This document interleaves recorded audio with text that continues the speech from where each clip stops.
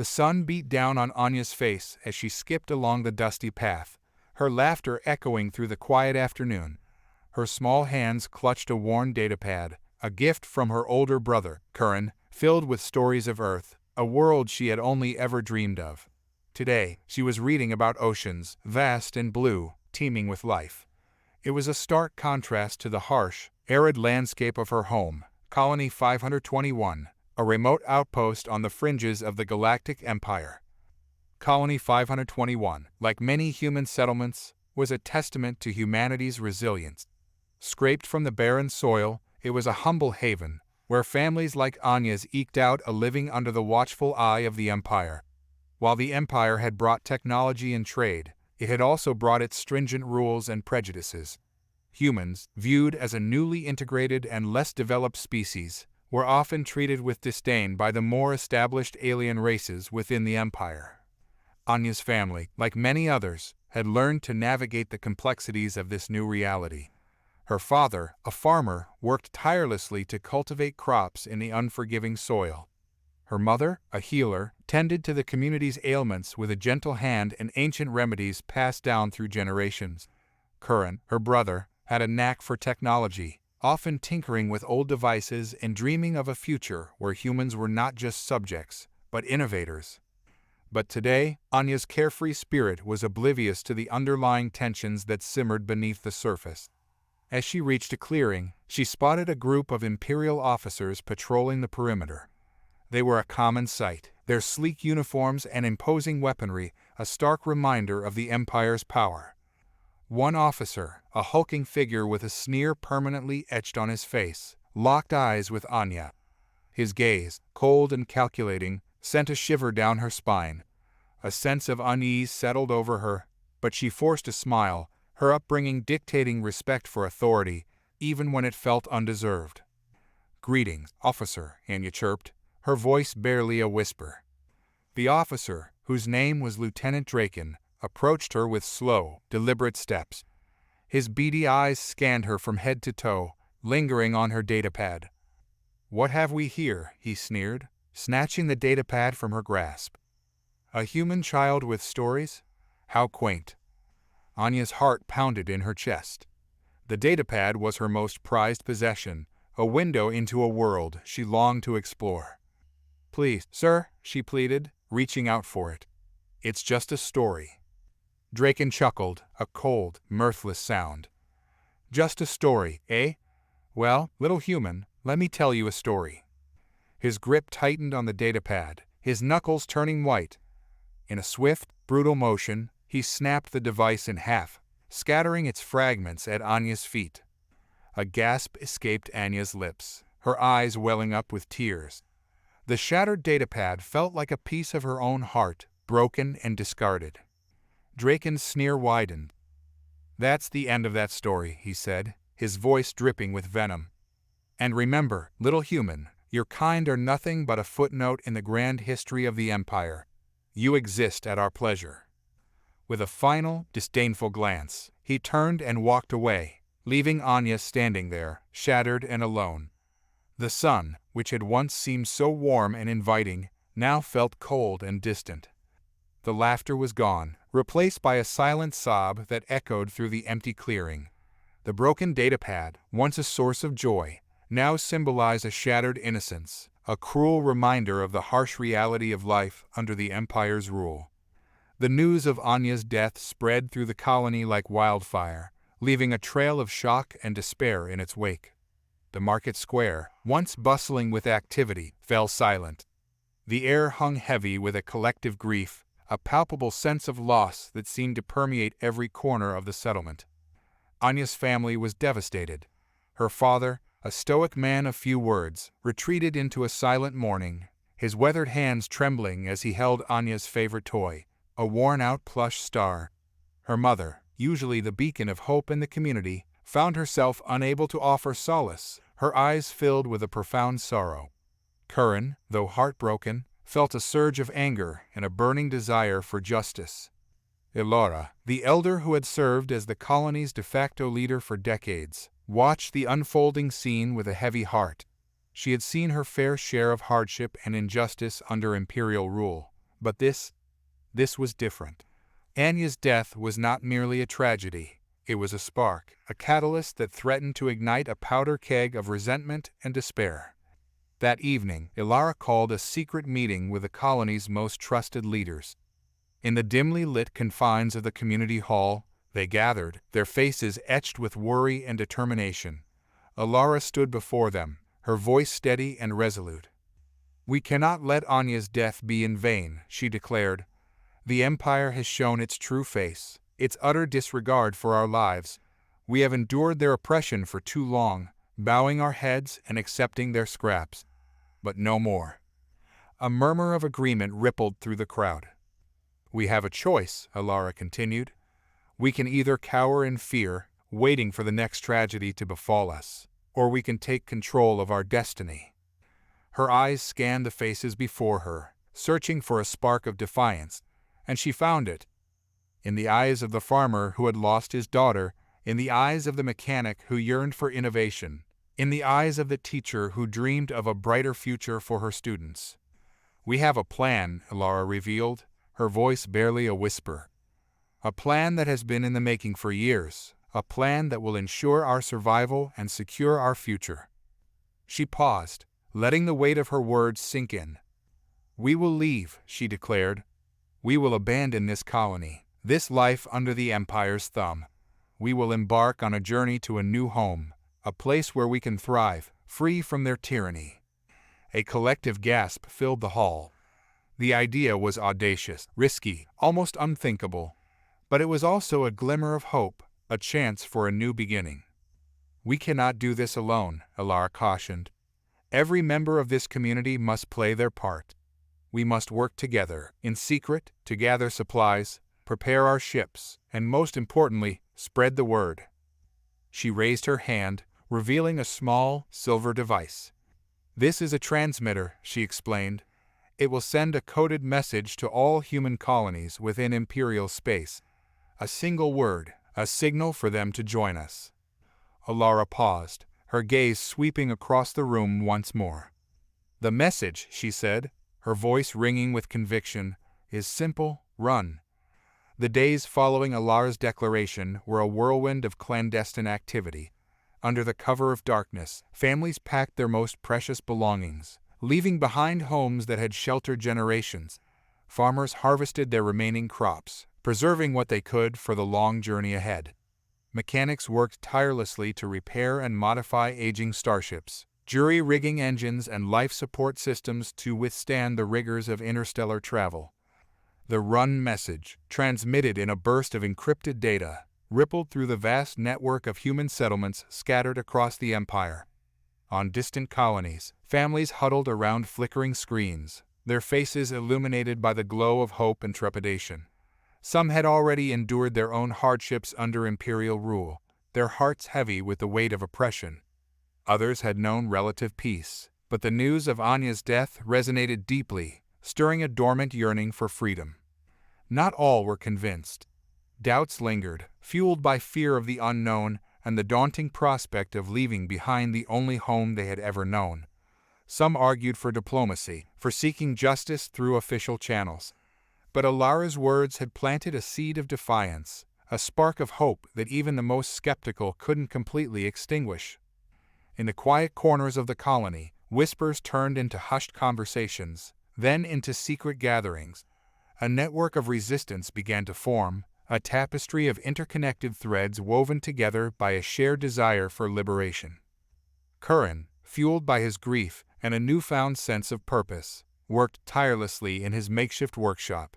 He pored over schematics, repurposed salvaged parts, and collaborated with other engineers to enhance the colony's aging fleet of starships. He knew that their survival depended on these vessels, on their ability to outrun and outsmart the Empire's formidable forces. Meanwhile, Elara focused on the logistical challenges of the Exodus.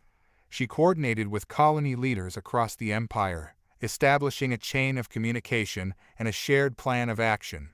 She knew that timing was crucial, that they had to leave before the Empire caught wind of their intentions. As the days turned into nights, a sense of urgency hung in the air.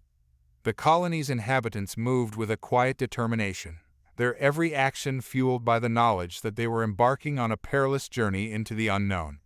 But they also carried with them a flicker of hope, a belief that somewhere out there, beyond the reach of the Empire's oppressive grasp, a new home awaited them, a place where they could truly be free.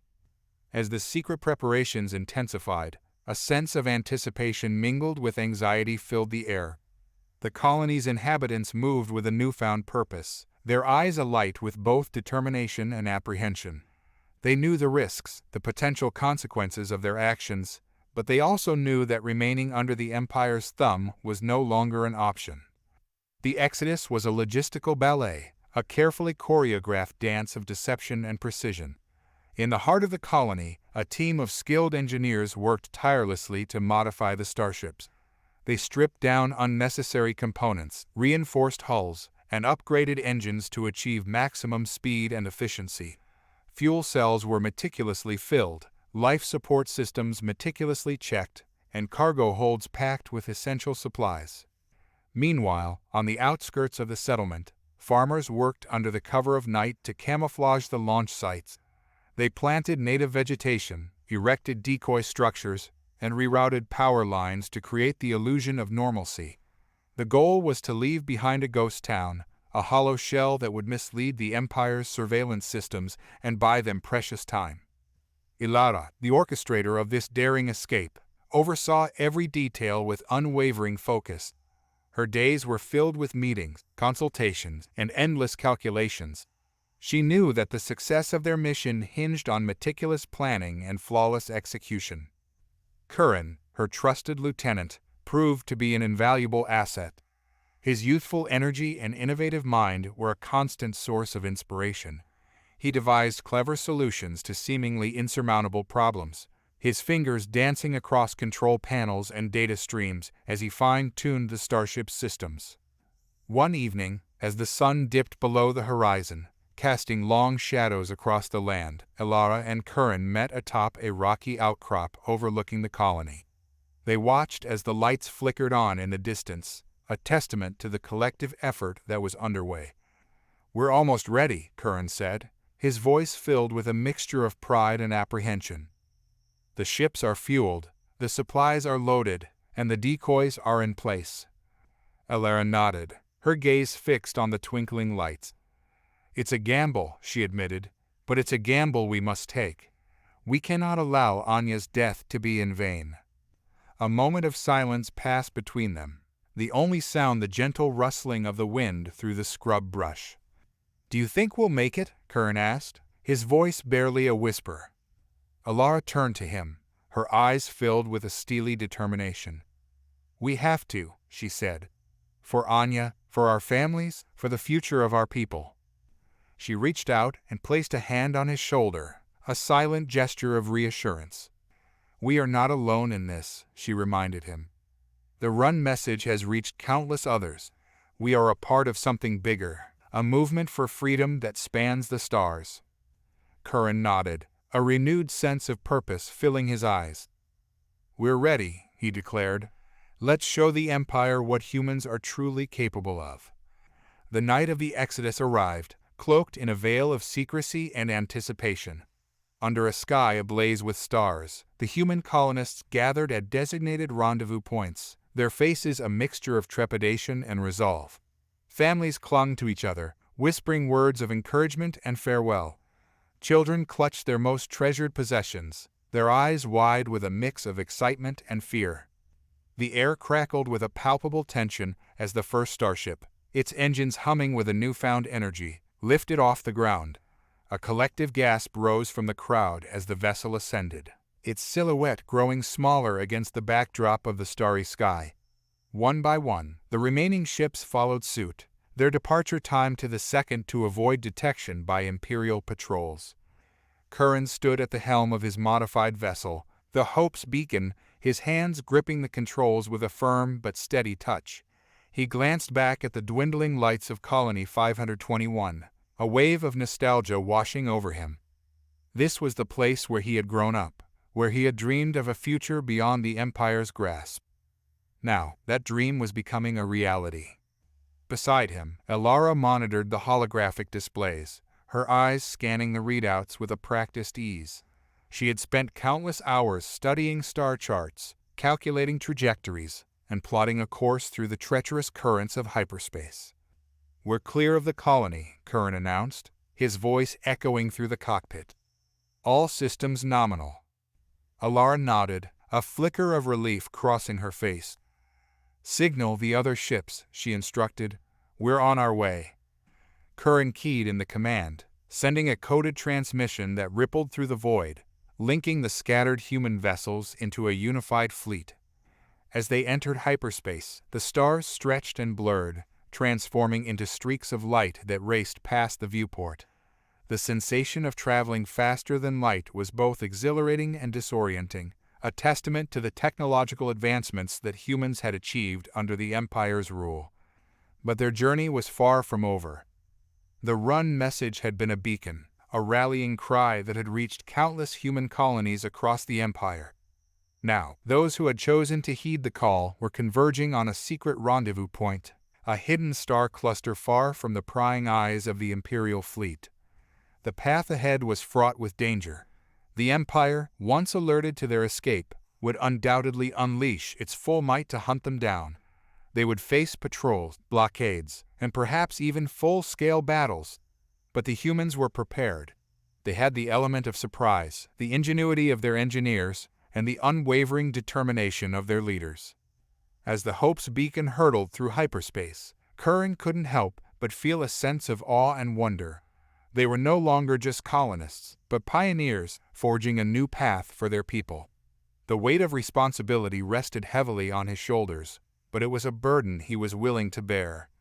He turned to Elara, a question burning in his eyes. "Do you think we can really do this?" he asked. "Can we build a new home, a place where humans can truly be free?" Elara met his gaze, her eyes filled with a quiet confidence. "We have no choice," she said. "We must. For Anya, for ourselves, for the generations to come." The hyperspace journey was a disorienting experience, a blur of swirling colors and distorted starscapes. Inside the Hope's beacon, the crew worked tirelessly to maintain the ship's systems, their faces etched with a mixture of fatigue and determination. Elara, ever the vigilant leader, monitored the fleet's progress, her eyes scanning the holographic displays for any sign of Imperial pursuit. So far, their escape had gone undetected, but she knew it was only a matter of time before the Empire discovered their absence.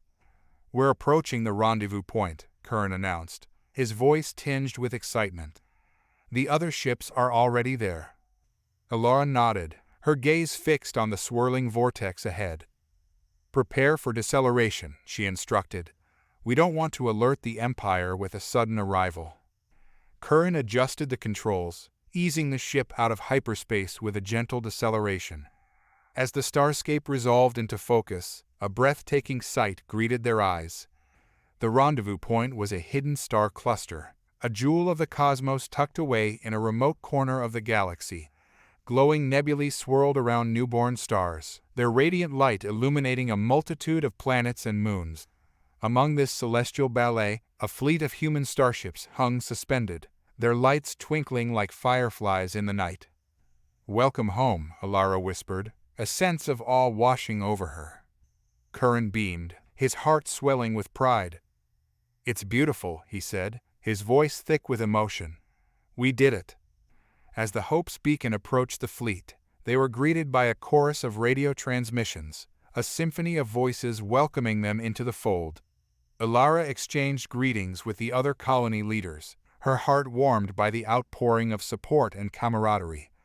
The fleet, a motley collection of repurposed freighters, mining vessels, and even a few luxury yachts, was a testament to the ingenuity and resourcefulness of the human spirit.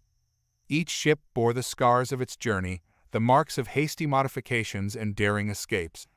But they were here, together, a symbol of defiance against an oppressive regime. As the days turned into weeks, the humans transformed the star cluster into a bustling hub of activity. They established communication networks, shared resources, and pooled their knowledge.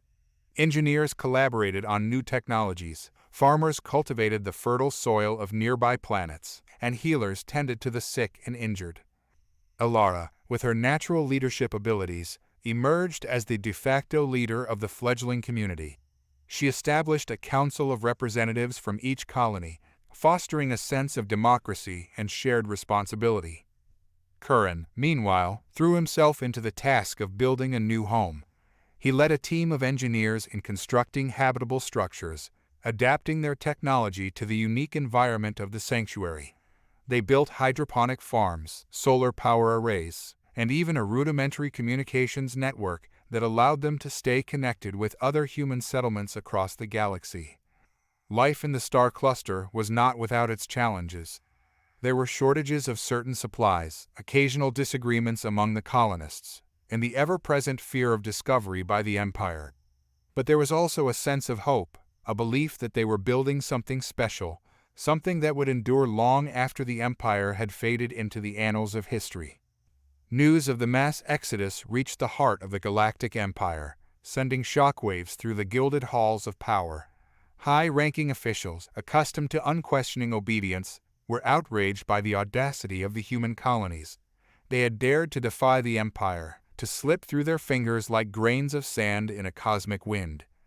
The Emperor himself, a stoic and imposing figure with eyes that seemed to pierce through the very fabric of reality, received the news with a cold fury. He had long viewed humans as a minor inconvenience, a species to be assimilated and exploited for the Empire's benefit. But now they had become a thorn in his side, a symbol of rebellion that could not be ignored. He summoned Commander Arcturus, a rising star in the Imperial military, to his throne room. Arcturus, tall and broad-shouldered, with a gaze that reflected both ambition and ruthlessness, stood at attention, his uniform immaculate, his medals gleaming in the dim light. "Commander," the Emperor began, his voice echoing through the cavernous chamber, "the humans have escaped." Arcturus's jaw clenched. "I am aware, Your Majesty," he replied, his tone clipped and formal. "I have already begun mobilizing our forces to pursue them." The Emperor nodded, his eyes narrowing. "This cannot stand," he declared. "The humans must be brought to heel. Their defiance is an insult to the Empire, a threat to our order." "I understand, Your Majesty," Arcturus said, his voice barely concealing his eagerness. "I will not rest until every last human is captured or eliminated." A cruel smile flickered across the Emperor's face. "Good," he said. "Bring them back to me, Commander. I want them to witness the consequences of their rebellion."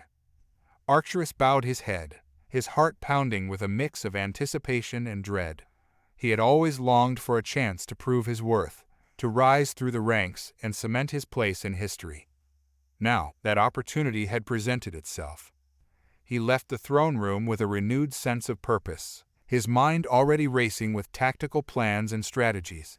He would unleash the full might of the Imperial fleet, deploy his most advanced weaponry, and scour every corner of the galaxy until he found the human fugitives. The hunt had begun, a relentless pursuit that would test the limits of human ingenuity, resilience, and the very meaning of freedom.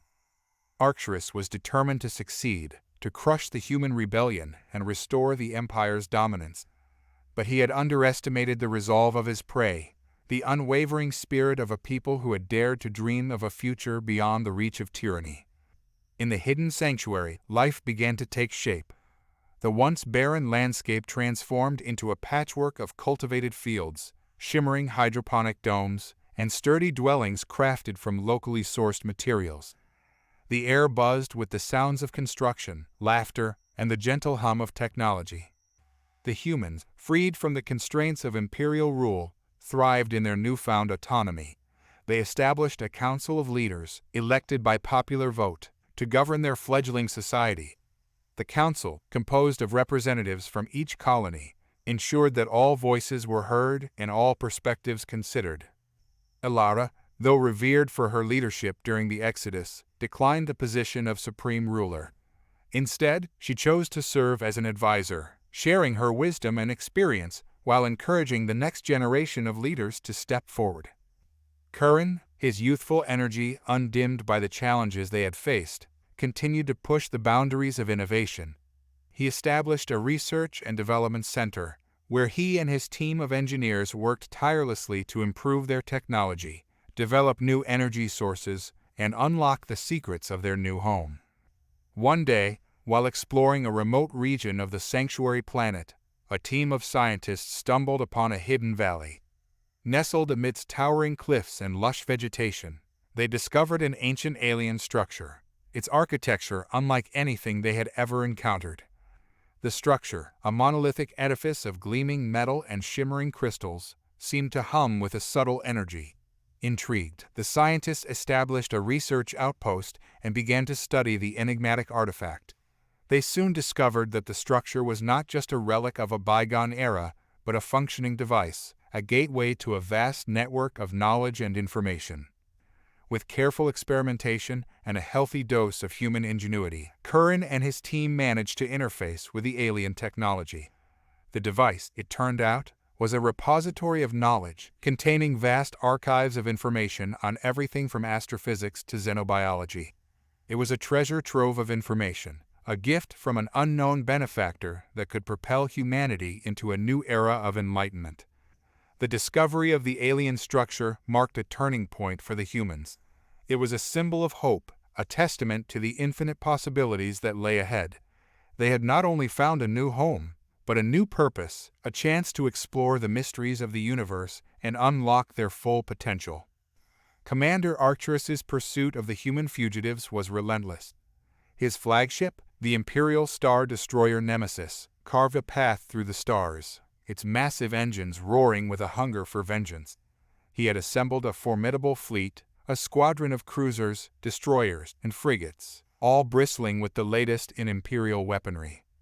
Arcturus was a man consumed by his mission. He spent countless hours poring over star charts, analyzing data streams, and interrogating captured smugglers in a desperate attempt to glean any information about the humans' whereabouts. His once polished uniform now bore the stains of sleepless nights and hastily consumed rations.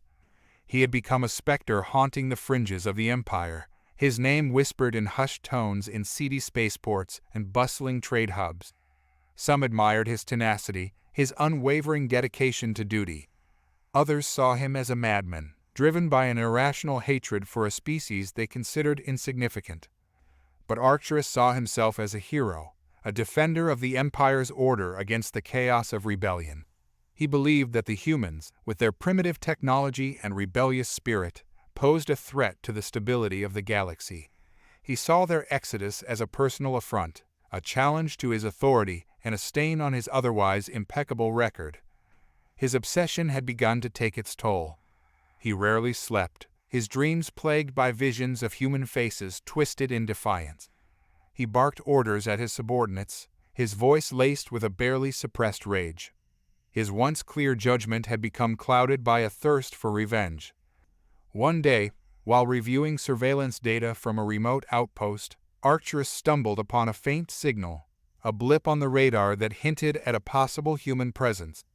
His heart quickened with a surge of adrenaline. Could this be the break he had been waiting for? He immediately ordered the Nemesis to change course, setting a direct course for the source of the signal. As the Star Destroyer hurtled through hyperspace, Arcturus paced the bridge, his mind racing with tactical scenarios. He imagined the moment of confrontation, the look of fear in the humans' eyes as they realized their escape had been in vain. But Arcturus was in for a surprise. The signal had not originated from a human colony, but from a derelict research station abandoned years ago. The station's logs revealed that a group of human scientists had been conducting experiments there, but they had vanished without a trace. Arcturus's initial disappointment quickly turned into a cold fury. The humans had outsmarted him again, leaving behind yet another dead end. But he refused to give up. He would continue his hunt, no matter the cost. As the Nemesis resumed its pursuit, Arcturus swore an oath, a vow that echoed through the empty corridors of the Star Destroyer. He would find the humans, he would bring them to justice, and he would make them pay for their defiance. The news of the failed raid on the derelict research station reached Arcturus as a bitter sting. His fists clenched, his knuckles whitening as he slammed them against the command console.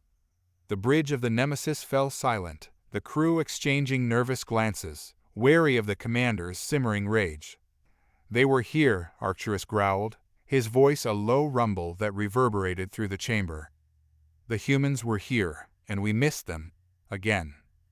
Captain Elara, a seasoned officer with a reputation for level-headedness, stepped forward. "Commander," she began cautiously, "it appears the research station was abandoned some time ago. The humans are likely long gone." Arcturus turned to her, his eyes blazing with fury. "Long gone? They can't be that far ahead. They're a primitive species. Their technology is inferior. We should have caught them by now." Elara hesitated, choosing her words carefully. "Sir, with all due respect, the humans have proven to be more resourceful than we anticipated. They've managed to evade our patrols, mask their movements, and disappear without a trace. Perhaps we need to reassess our approach." Arcturus's lip curled in a sneer. "Reassess? Are you questioning my tactics, Captain?" Elara stood her ground, her voice unwavering. "I am merely suggesting, sir, that we adapt our strategy to the reality of the situation. The humans are not the weak and helpless prey we assumed them to be. They are a resilient and cunning adversary." A tense silence hung in the air as Arcturus glared at Elara. Then, with a visible effort, he reined in his anger, his voice taking on a calmer tone. "Very well, Captain," he said, his words dripping with sarcasm. "Enlighten me. What is your brilliant suggestion?" Elara took a deep breath, her mind racing through the possibilities. "We need to gather more intelligence, sir," she said. "We need to understand how they're evading us, what their plans are, where they're headed." "And how do you propose we do that?" Arcturus retorted. "We infiltrate their networks," Elara replied. "We send in agents, spies who can blend in with the human population, gather information, and report back to us." Arcturus considered the idea, his brow furrowed in thought. It was a risky move, but it might be their only chance to catch the humans off guard. "Very well, Captain," he said finally. "Assemble a team of our most skilled operatives. Send them into human space. I want eyes and ears everywhere. Find those humans and bring them back to me." Elara nodded, a glimmer of hope in her eyes. Perhaps this new approach would yield results. But even as she turned to carry out her orders, she couldn't shake the feeling that they were underestimating their enemy. The humans had already proven their ability to surprise, to adapt, to survive. And if Arcturus continued to underestimate them, he would be in for a rude awakening. The rendezvous point, a cluster of stars known as Haven's Reach, became a hive of activity. Ships of all shapes and sizes, bearing the markings of various human colonies, docked and refueled, their crews eager to share stories of their daring escapes and offer assistance to those in need. A makeshift market sprang up, where goods and services were exchanged in a flurry of bartering and negotiation. Engineers tinkered with damaged engines, farmers shared seeds and farming techniques, and healers tended to the sick and wounded. The air buzzed with a mix of languages, dialects, and accents, a testament to the diversity of the human diaspora. Elara, ever the pragmatic leader, established a provisional government, a council of elders representing each colony. They met regularly to discuss pressing issues, allocate resources, and chart a course for the future. Kiran, his energy boundless, threw himself into the task of transforming Haven's Reach into a permanent home. He led teams of engineers and scientists in exploring the surrounding star systems, searching for habitable planets and potential sources of energy.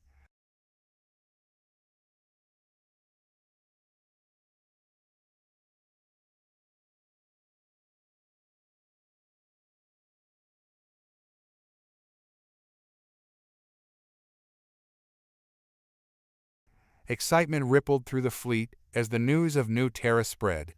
It was a symbol of hope, a promise of a brighter future. Elara, however, remained cautious. She knew that their sanctuary was not yet secure. The Empire, once it realized the full extent of the human exodus, would undoubtedly come looking for them. She ordered the construction of defensive measures, orbital platforms equipped with long-range sensors and powerful energy weapons. She also initiated a program of stealth and camouflage, ensuring that their presence in Haven's Reach remained hidden from prying eyes. Meanwhile, the human colonists began the arduous task of establishing a permanent settlement on New Terra.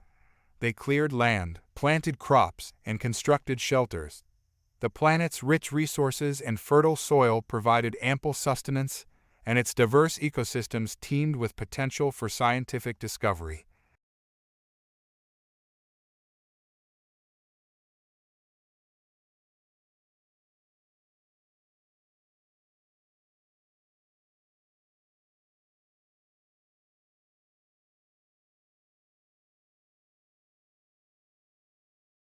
But even as the humans celebrated their newfound freedom, a shadow loomed over their sanctuary.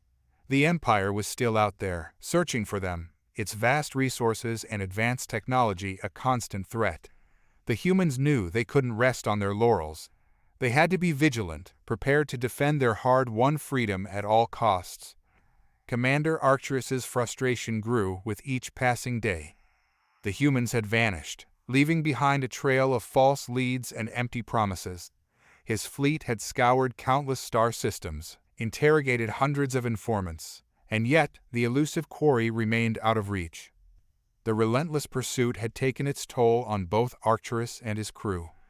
The once pristine corridors of the Nemesis now echoed with the weary footsteps of overworked officers. Morale was low, and whispers of mutiny had begun to circulate among the lower ranks. In the privacy of his quarters, Arcturus paced restlessly, his mind a whirlwind of anger and frustration. He had never failed in his duty before, never been outwitted by an enemy. The humans, with their primitive technology and limited resources, should have been easy prey. But they had proven to be remarkably elusive, like shadows that danced just out of reach. He slammed his fist against the bulkhead, the metallic clang echoing through the room. "Damn them," he cursed, his voice hoarse with rage. "They will not escape me. I will find them, even if it takes a lifetime." A knock at the door interrupted his tirade. Captain Lyra entered, her expression a mixture of concern and determination. "Sir," she began hesitantly, "I have received a report from our intelligence division. They believe they have a lead on the humans' whereabouts." Arcturus's eyes narrowed. "A lead? Tell me more." Lyra explained that their agents had intercepted a coded transmission originating from a remote star cluster known as Haven's Reach. The transmission, though heavily encrypted, bore the hallmarks of human communication protocols. "Haven's Reach," Arcturus mused, his mind racing through the possibilities. "It's a sparsely populated region, far from major trade routes. Could the humans be hiding there?" Lyra nodded. "It's a possibility, sir.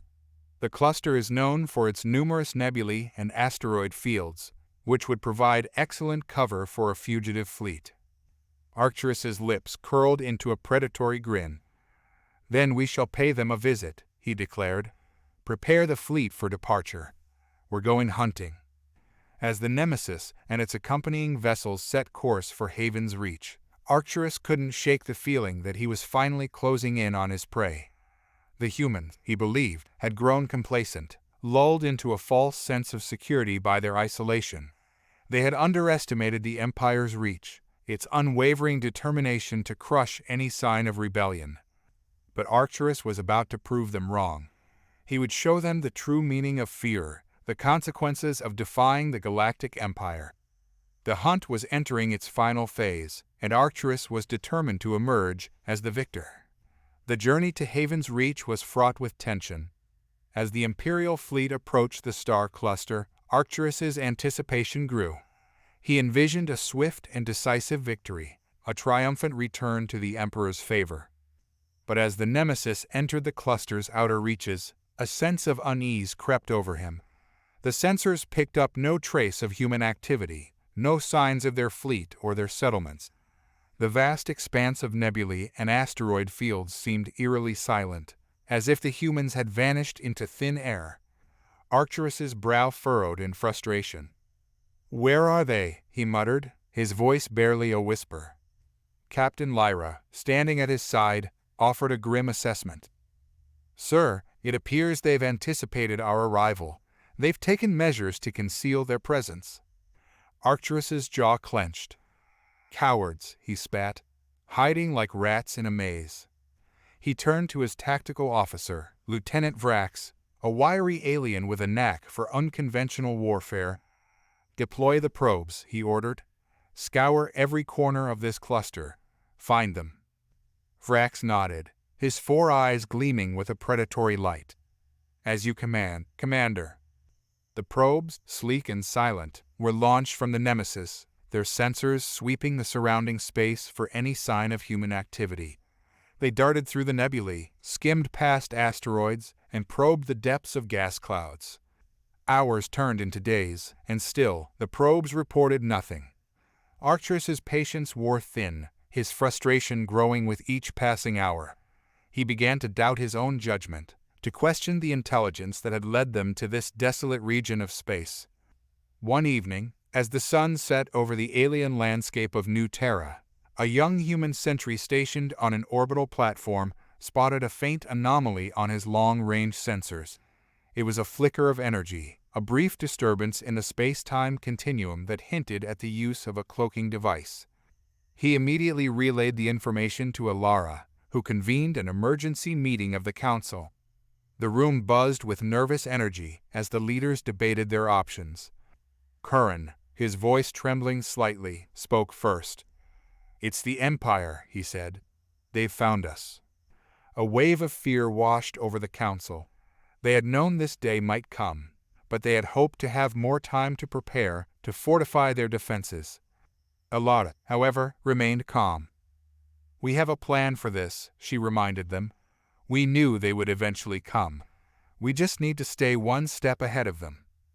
She outlined the contingency plan, a series of coordinated actions designed to confuse and mislead the Imperial forces. Decoy signals would be broadcast, false trails laid, and hidden outposts activated. The humans, once again, would rely on their ingenuity and adaptability to survive. The stakes were higher than ever before, but so was their determination. They had tasted freedom, and they would not surrender it easily. The battle for Haven's Reach was about to begin. The Imperial fleet, led by the indomitable Nemesis, emerged from hyperspace into the heart of Haven's Reach. Arcturus stood on the bridge, his eyes scanning the star cluster with a predatory gaze. The sensors, despite their advanced technology, remained eerily silent. It was as if the entire cluster was holding its breath, waiting for the inevitable confrontation. "Commander," Lieutenant Vrax reported, his multiple eyes darting across the holographic displays. "We're detecting multiple energy signatures, but they appear to be inconsistent." Arcturus's brow furrowed. "Inconsistent? Explain." Vrax hesitated, his antennae twitching nervously. "The signatures are faint, intermittent, and contradictory.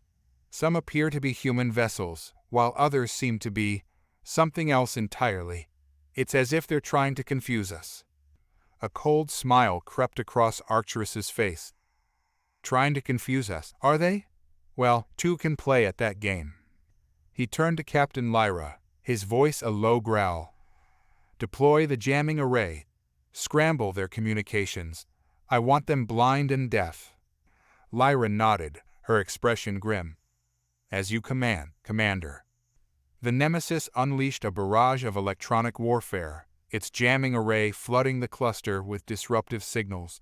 The human ships, caught off guard, struggled to maintain communication with each other. Their sensors flickered, their screens filled with static, their targeting systems malfunctioning. On New Terra, Elara and Kiran monitored the situation with growing concern. The Empire's jamming array had effectively severed their communication network, leaving them isolated and vulnerable. "We need to find a way to counter their jamming," Kiran said, his fingers flying across his console. "If we can't communicate, we're sitting ducks." Elara nodded, her mind racing through the possibilities. "I'll convene the council," she said. "We need to coordinate our response." As the council gathered, a sense of urgency filled the room. The Empire's arrival had shattered the illusion of safety, replacing it with a stark reality. They were at war, a war they were ill-equipped to fight. But Elara refused to give in to despair. She rallied the council, reminding them of their resilience, their ingenuity, and their unwavering spirit. "We have faced challenges before," she said, her voice ringing with conviction. "We have overcome adversity time and time again, and we will do so again." She outlined a daring plan, a gamble that could either turn the tide of the battle or lead to their utter destruction. The plan involved utilizing the alien artifact they had discovered, the repository of knowledge that had remained dormant for centuries. Kiran, with his deep understanding of the artifact's technology, had been studying it tirelessly, trying to unlock its full potential. He believed that it could be used to create a weapon, a device capable of neutralizing the Empire's jamming array and restoring their communications. But the risks were enormous. The artifact was an unknown quantity, its true purpose and capabilities shrouded in mystery. Attempting to harness its power could have unforeseen consequences, potentially unleashing a force they could not control. Yet, the Council had no other choice. They had to take the risk, to fight fire with fire. The fate of their fledgling civilization, their hard-won freedom, rested on their shoulders. In the depths of New Terra, within the cavernous chamber that housed the alien artifact, Kiran and his team of engineers worked feverishly.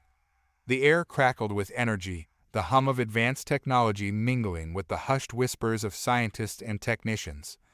The artifact, a towering obelisk of iridescent crystal and shimmering metal, pulsed with a rhythmic glow, its surface etched with intricate symbols that seemed to shift and change before their eyes. Kiran, his face illuminated by the soft light, studied the symbols with a focused intensity, his mind racing to decipher their meaning. He had spent countless hours poring over the data retrieved from the artifact, analyzing its complex structure and attempting to understand its underlying principles. The more he learned, the more he realized how little he truly knew. The artifact was a marvel of engineering, a testament to a level of technological sophistication that dwarfed anything humanity had ever achieved. But Kiran was not deterred. He was driven by a burning desire to unlock the artifact's secrets, to harness its power for the good of his people. He believed that within its depths lay the key to their survival, a weapon that could turn the tide of the battle against the Empire. "We're making progress," he announced to his team, his voice filled with a cautious optimism. "The artifact's energy matrix is responding to our stimuli. We're starting to understand its language." A wave of excitement rippled through the chamber. The engineers, their faces etched with fatigue, but their eyes alight with hope, redoubled their efforts. They worked tirelessly, their fingers dancing across consoles, their minds racing to solve the complex equations that governed the artifact's operation. Meanwhile, on the surface, Elara and the Council prepared for the worst. They knew that the Empire's arrival was imminent, and they had to be ready to defend their new home. They reinforced their defenses, mobilized their meager fleet of fighters, and rallied the colonists for the coming battle. The atmosphere was tense, but not without a sense of defiance. The humans had faced adversity before, and they would do so again. They had tasted freedom, and they were not willing to give it up without a fight. As the sun set over New Terra, casting long shadows across the land, Elara stood on a hilltop overlooking the settlement. She watched as the lights flickered on in the distance, a testament to the resilience and determination of her people. She knew the odds were stacked against them, but she also knew that they possessed a strength that the Empire could not comprehend. The humans were not just a collection of individuals. They were a community, a family, united by a shared history and a common purpose. They were the descendants of explorers, pioneers, and survivors who had faced countless challenges and emerged stronger on the other side. And now, as the Empire's shadow loomed over their sanctuary, they would once again rise to the occasion, proving that the human spirit, when pushed to its limits, could achieve the impossible. Within the depths of the alien artifact, a symphony of light and energy played out as Kiran and his team raced against time. The obelisk thrummed with a newfound intensity, its crystalline surface shimmering with an otherworldly luminescence. "We're close," Kiran announced, his voice hoarse with exertion. The artifact's energy matrix is resonating with our modifications. We're on the verge of a breakthrough. His team, a diverse group of engineers, physicists, and linguists, huddled around their consoles, their faces illuminated by the glow of holographic displays.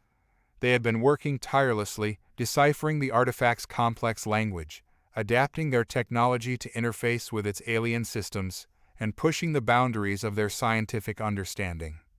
The jamming signal is growing stronger, Elara's voice crackled through Kiran's comm unit.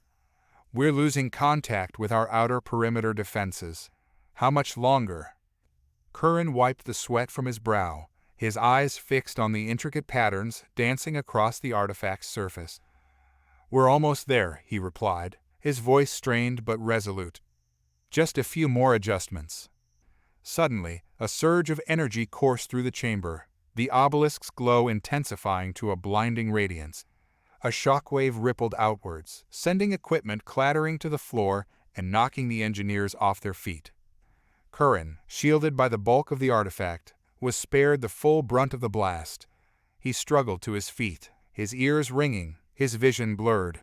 He blinked, trying to regain his focus, and saw a sight that both terrified and exhilarated him. The artifact had transformed.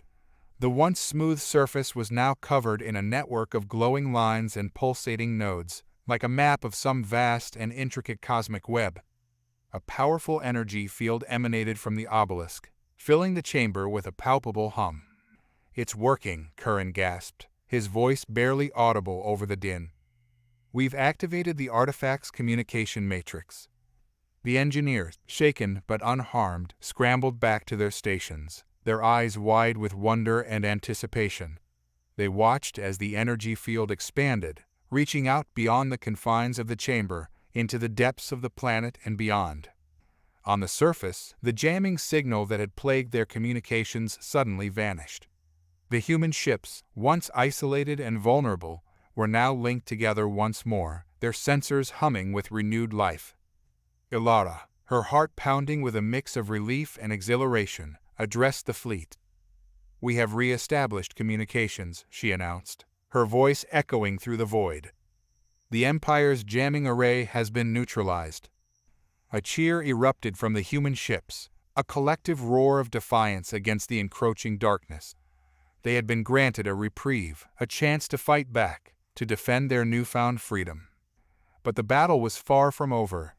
The Empire's fleet, though momentarily blinded, was still out there, lurking in the shadows, waiting for its chance to strike. The humans knew that they had to act quickly, to seize the initiative and turn the tide of the war. The artifact had given them a weapon, a powerful tool that could change the course of history. But it was up to them, the descendants of Earth, to wield it wisely, to use it to secure their future and forge a new destiny among the stars. Commander Arcturus watched as the holographic representation of Haven's Reach shimmered before him on the bridge of the Nemesis. The lack of clear targets frustrated him, the scattered energy readings a maddening puzzle. Their jamming signal has ceased, Lieutenant Vrax reported, his voice a sibilant hiss. But our probes still detect multiple anomalies. Anomalies? Arcturus questioned, leaning forward in his command throne. Energy fluctuation, Commander, Vrax explained. They appear and disappear randomly, some mimicking the signatures of known human vessels, others completely unknown. Arcturus stroked his chin thoughtfully. Decoys, then. They're trying to confuse us, make us waste our resources chasing phantoms. Indeed, Commander, Lyra interjected. It's a classic human tactic. Misdirection, deception, guerrilla warfare. They lack the firepower to face us head-on, so they rely on cunning and trickery. Arcturus slammed his fist on the armrest of his chair, the metal groaning under the impact. I will not be toyed with, he snarled. They cannot hide forever. Sooner or later, they will make a mistake, and we will be there to capitalize on it. He turned to his communications officer. Send a message to all ships. We are deploying a wide area search pattern. Leave no asteroid unturned, no nebula unexplored. I want those humans found. The fleet spread out, fanning across the star cluster, their sensors probing every nook and cranny. They scanned the asteroid fields, the gas clouds, the empty space between the stars. But still, the humans remained elusive, their presence a mere whisper on the edge of detection. Back on New Terra, Elara and Kiran stood side by side, watching as the Imperial fleet swarmed across the holographic projection of their sanctuary. They had anticipated this move, had prepared for it, but the reality of the Empire's overwhelming force was still daunting. "They're getting closer," Elara said, her voice grim. "We need to buy more time." Kiran nodded, his fingers flying across his console. "I'm working on it," he said. "I've modified the artifact's energy signature, creating multiple false echoes. It should keep them guessing for a while." Elara watched as the holographic display updated, showing the Imperial ships chasing after phantom signals, their movements erratic and confused.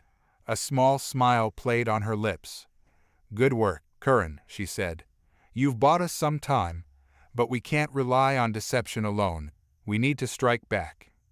She turned to her tactical officer, a young woman named Anya, whose namesake had been the catalyst for their rebellion. "Prepare the fighters," she ordered. "We're going on the offensive." Anya saluted, her eyes blazing with determination.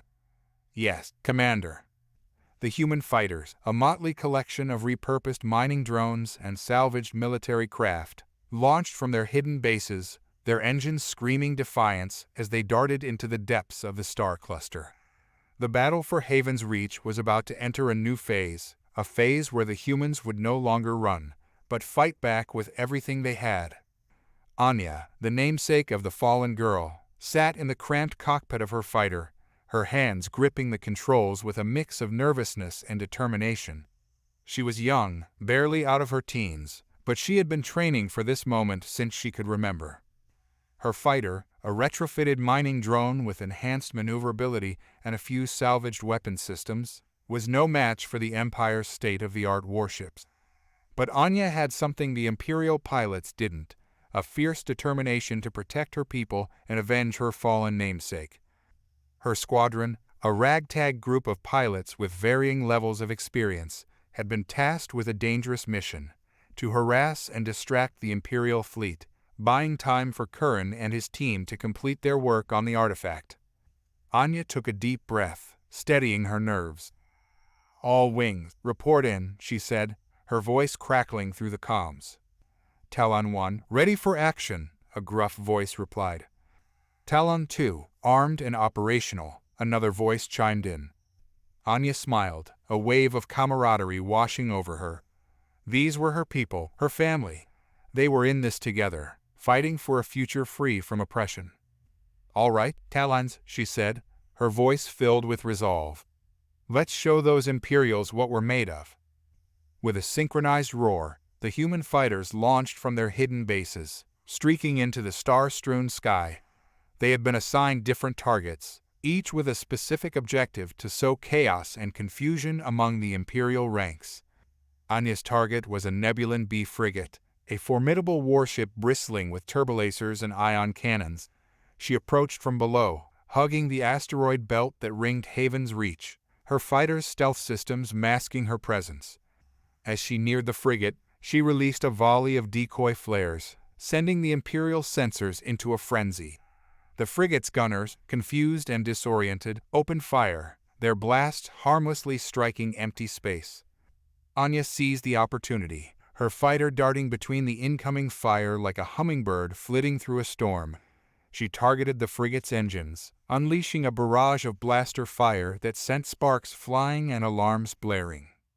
The frigate, its propulsion systems damaged, began to lose control, its trajectory veering dangerously close to a nearby asteroid. Anya pulled up, narrowly avoiding a collision as the frigate careened into the asteroid field, its hull torn open by the impact. A cheer erupted from Anya's cockpit as she watched the frigate's destruction. It was a small victory, a fleeting moment of triumph against a vastly superior force. But it was also a symbol of hope, a testament to the indomitable spirit of the human race. Commander Arcturus watched in disbelief as the holographic display showed the Nebulan B frigate disappearing into a cloud of debris. A cold rage surged through him. his heart pounding with a mixture of fury and humiliation. "How?" he roared, his voice echoing through the bridge. "How could a single human fighter destroy one of our ships?" Lieutenant Vrax, his antennae twitching nervously, cleared his throat. "The humans appear to be using unorthodox tactics, Commander. They are employing hit-and-run attacks, exploiting our blind spots, and utilizing terrain to their advantage." Arcturus slammed his fist on the console, the metal groaning under the impact. "They are pests, vermin. They should be crushed under our boots, not outmaneuvering our fleet." Captain Lyra, ever the voice of reason, interjected. "Commander, we are dealing with a highly adaptable enemy. They are resourceful, cunning, and motivated. We need to adjust our strategy if we want to win this battle." Arcturus turned to her, his eyes narrowed. "And what do you suggest, Captain? That we retreat? That we abandon this mission and let those rebels run free?" Lyra shook her head. "No, sir. I am suggesting that we learn from our mistakes. We need to study their tactics, analyze their technology, and find their weaknesses. We need to outsmart them, not just overpower them." Arcturus considered her words, his mind racing through the possibilities. He had to admit that Lyra was right. Their current approach was not working. They were losing ships, wasting resources, and gaining nothing but frustration. "Very well, Captain," he said finally. "I want you to assemble a task force. Study the human tactics, analyze their technology, and devise a counter-strategy. I want results, and I want them fast." Lyra nodded, a glimmer of hope in her eyes. Perhaps this new approach would yield better results. But she knew that time was not on their side. The humans were growing bolder with each passing day, their hit-and-run attacks becoming more frequent and more daring. The Empire, with its vast resources and superior technology, still held the upper hand. But the humans had proven that they were not to be underestimated. They were a force to be reckoned with, a resilient and resourceful enemy that would fight tooth and nail for their freedom. As the battle for Haven's Reach raged on, the lines between hunter and hunted blurred. The humans, once fleeing for their lives, were now fighting back, their courage and determination inspiring awe even in their enemies. The Galactic Empire had underestimated them, and it was about to pay a heavy price for its arrogance. Deep within the heart of Haven's Reach, the alien artifact hummed with a newfound intensity. Its crystalline structure pulsed with a rhythmic energy, its surface aglow with intricate patterns of light. Kiran, his eyes reflecting the artifact's radiance, stood before it, a sense of awe and reverence washing over him. "It's responding," he whispered, his voice barely audible over the artifact's ethereal hum. "The modifications are taking effect." The engineers and scientists surrounding him exchanged excited glances, their fatigue momentarily forgotten in the face of this momentous breakthrough. They had spent countless hours deciphering the artifact's complex language, studying its intricate mechanisms, and probing its seemingly limitless potential. Now, their efforts were bearing fruit. "We're ready to initiate the next phase," Kiran announced, his voice filled with a quiet determination. "We're going to turn this artifact into a weapon, a beacon of hope for our people." His team nodded, their faces etched with a mixture of excitement and trepidation. They knew the risks involved, the potential dangers of tampering with an alien technology they barely understood. But they also knew that the fate of their fledgling civilization rested on their shoulders. Kiran turned to a holographic display, his fingers dancing across the controls. The image on the screen shifted, revealing a detailed schematic of the artifact's internal structure. He pointed to a specific cluster of nodes, his voice tinged with a hint of reverence. "This," he said, "is the key. This is the power source, the heart of the artifact. If we can tap into it, we can amplify its energy output and transform it into a weapon capable of repelling the Empire's fleet." The engineers exchanged nervous glances. The plan was audacious, bordering on reckless. But they had come too far to turn back now. They had to trust in Kiran's expertise, in his unwavering belief that they could harness the artifact's power for the greater good. "Let's do this," one of the engineers said, her voice filled with a steely resolve. The others nodded in agreement, their faces hardening with determination. They began to work in unison, their movements synchronized as they adjusted the artifact's settings, rerouted energy flows, and calibrated the output parameters. The air crackled with energy, the hum of the artifact growing louder with each passing moment. The crystalline structure glowed with an intensity that seemed to defy the laws of physics, its light casting long shadows across the cavern floor. Kiran watched with bated breath, his heart pounding in his chest. He knew that they were treading on dangerous ground, pushing the artifact beyond its intended limits. But he also knew that they had no other choice. The fate of their people, their dreams of freedom, hung in the balance. The tension in the makeshift control room was palpable. The air crackled with anticipation as the engineers monitored the artifact's output, their faces illuminated by the eerie glow emanating from the chamber below. Kiran, his eyes glued to the holographic display, fine-tuned the energy flow, his hands trembling slightly with a mixture of excitement and apprehension. "We're nearing critical mass," he announced, his voice barely a whisper. "Prepare for resonance cascade." The engineers braced themselves, their fingers poised over emergency shutdown protocols. They had reached a point of no return, a threshold beyond which the artifact's energy output would become unstable. "Initiate sequence," Elara's voice echoed through the comm unit, her tone calm but resolute. Kiran took a deep breath, his heart pounding in his chest. "Initiating sequence," he confirmed, his voice barely audible over the growing hum of the artifact. He pressed a series of buttons on his console, his fingers dancing across the controls with a practiced precision. The artifact responded instantly, its crystalline structure erupting in a dazzling display of light and energy. A shockwave rippled outwards, shaking the chamber and sending tremors through the planet's crust. The engineers held their breath, their eyes fixed on the holographic display. The energy output soared, reaching levels that defied conventional physics. The artifact's hum transformed into a deafening roar, a primal scream that echoed through the depths of the planet.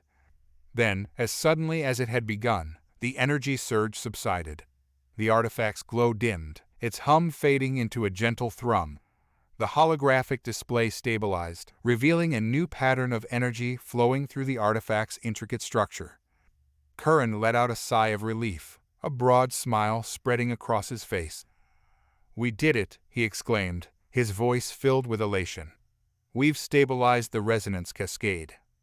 The engineers erupted in cheers, their joy echoing through the control room. They had achieved the impossible, harnessed the power of an alien artifact to create a weapon that could change the course of history. Elara, watching the scene from her command center, felt a surge of pride and gratitude.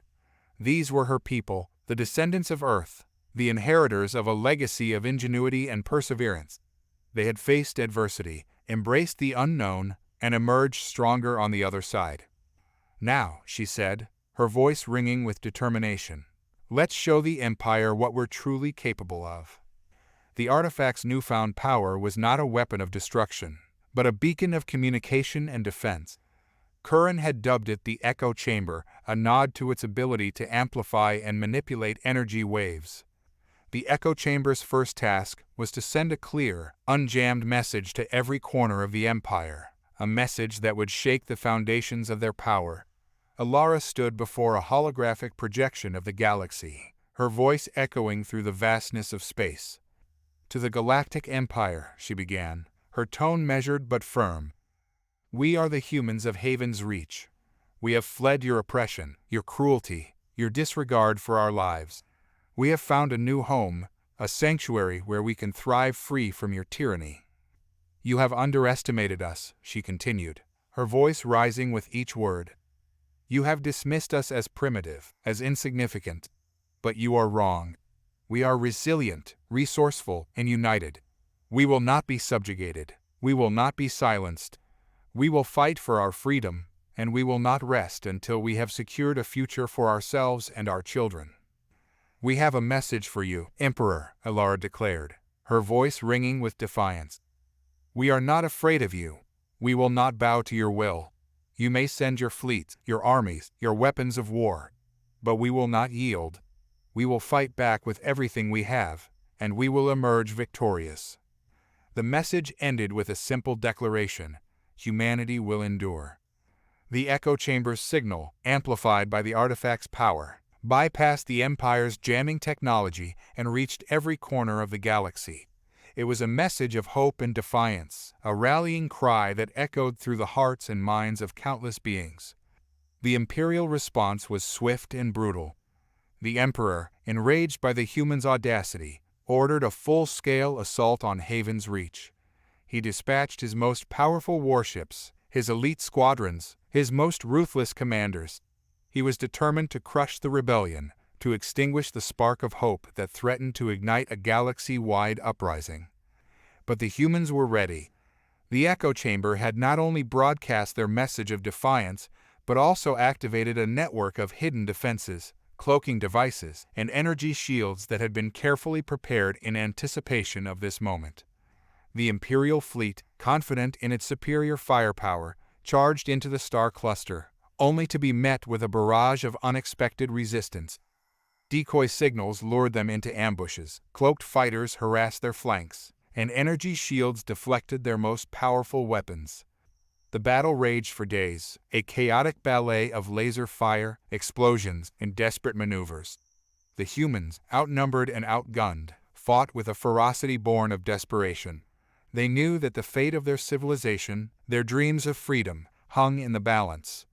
Amidst the chaos of the space battle, Kiran worked tirelessly within the heart of the artifact chamber.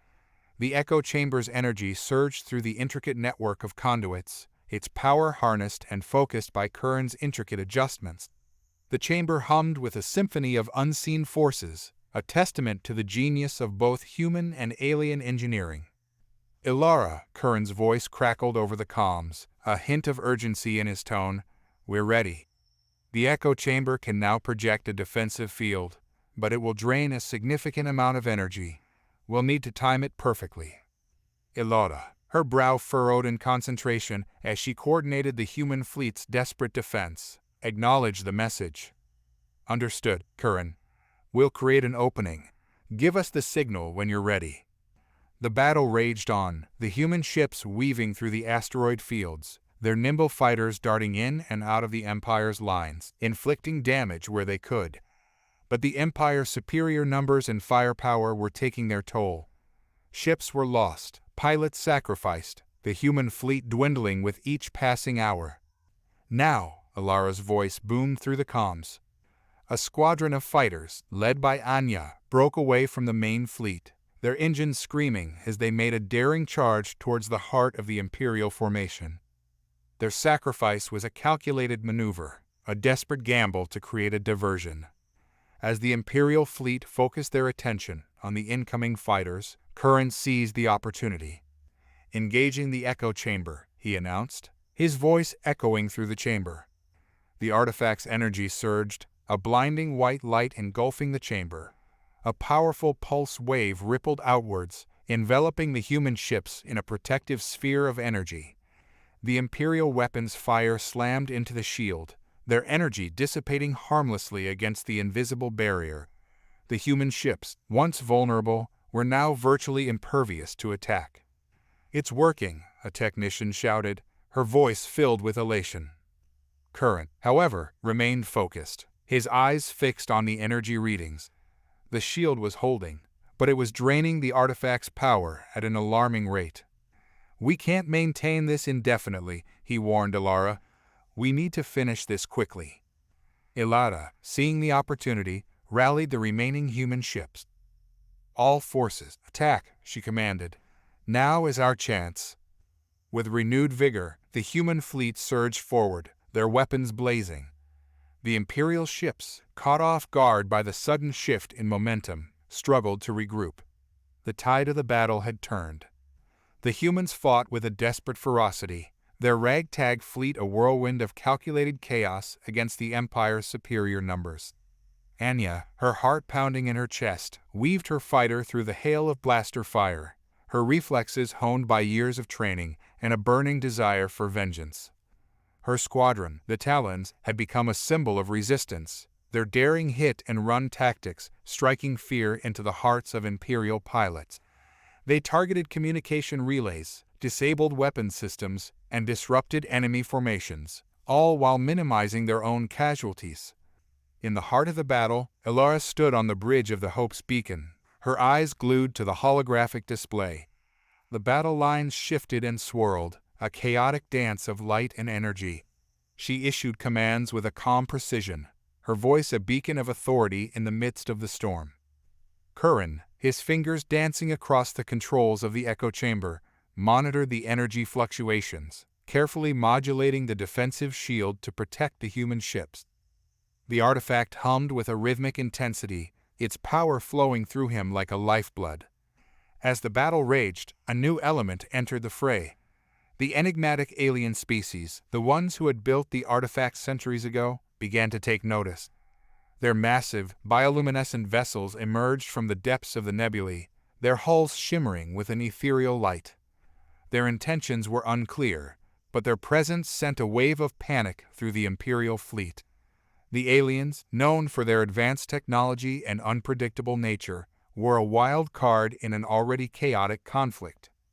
Commander Arcturus, his face contorted with rage and frustration, watched as his carefully laid plans unraveled. The humans were fighting with a tenacity he had not anticipated, and the arrival of the aliens had thrown his entire strategy into disarray. "What are those things?" he roared, his voice barely audible over the din of battle. "Identify them." Lieutenant Vrax, his 4 eyes darting across the sensors, struggled to make sense of the data. "Unknown, Commander," he stammered. "They don't match any known species in our database." Arcturus cursed under his breath. The situation was spiraling out of control. He had underestimated the humans, their resilience, their resourcefulness. And now he had to contend with a new, unknown factor that threatened to tip the scales even further against the Empire. As the alien ships approached the battle, their intentions remained unclear. Would they join the fight? Would they side with the humans or the Empire? Or would they pursue their own agenda, oblivious to the conflict raging around them? The fate of Haven's Reach, the future of humanity's fledgling civilization, hung in the balance. The battle had reached a critical juncture, a moment where the course of history could be irrevocably altered. The bioluminescent alien vessels, pulsing with an ethereal glow, moved with a grace and speed that belied their immense size. They glided through the asteroid field, their movements as fluid as a school of fish navigating a coral reef. The Imperial fleet, momentarily stunned by their sudden appearance, hesitated, unsure of how to proceed. Commander Arcturus, his face a mask of consternation, barked orders, his voice laced with a mixture of fear and defiance. "Target those vessels. Fire at will." Turbolasers roared, ion cannons flashed, but the alien ships seemed impervious to the onslaught. Their hulls shimmered with an energy field that deflected the Imperial weapons' fire, rendering them harmless. On the bridge of the Nemesis, Lieutenant Vrax watched in dismay as their attacks proved futile. "Commander," he reported, his voice trembling slightly, "their shields are impenetrable. Our weapons are having no effect." Arcturus's face contorted in rage. "Then find a way to penetrate them," he roared. "I will not be defeated by these savages." But before Vrax could respond, a new voice filled the bridge, a voice that echoed through the ship's communication channels. It was a melodic, otherworldly sound, a language that none of the Imperial crew understood. The voice spoke of peace, of understanding, of a shared desire to protect the sanctity of life. It spoke of the dangers of conflict, the futility of war, the importance of cooperation and mutual respect. Elara, listening to the alien transmission from her command center, felt a flicker of hope.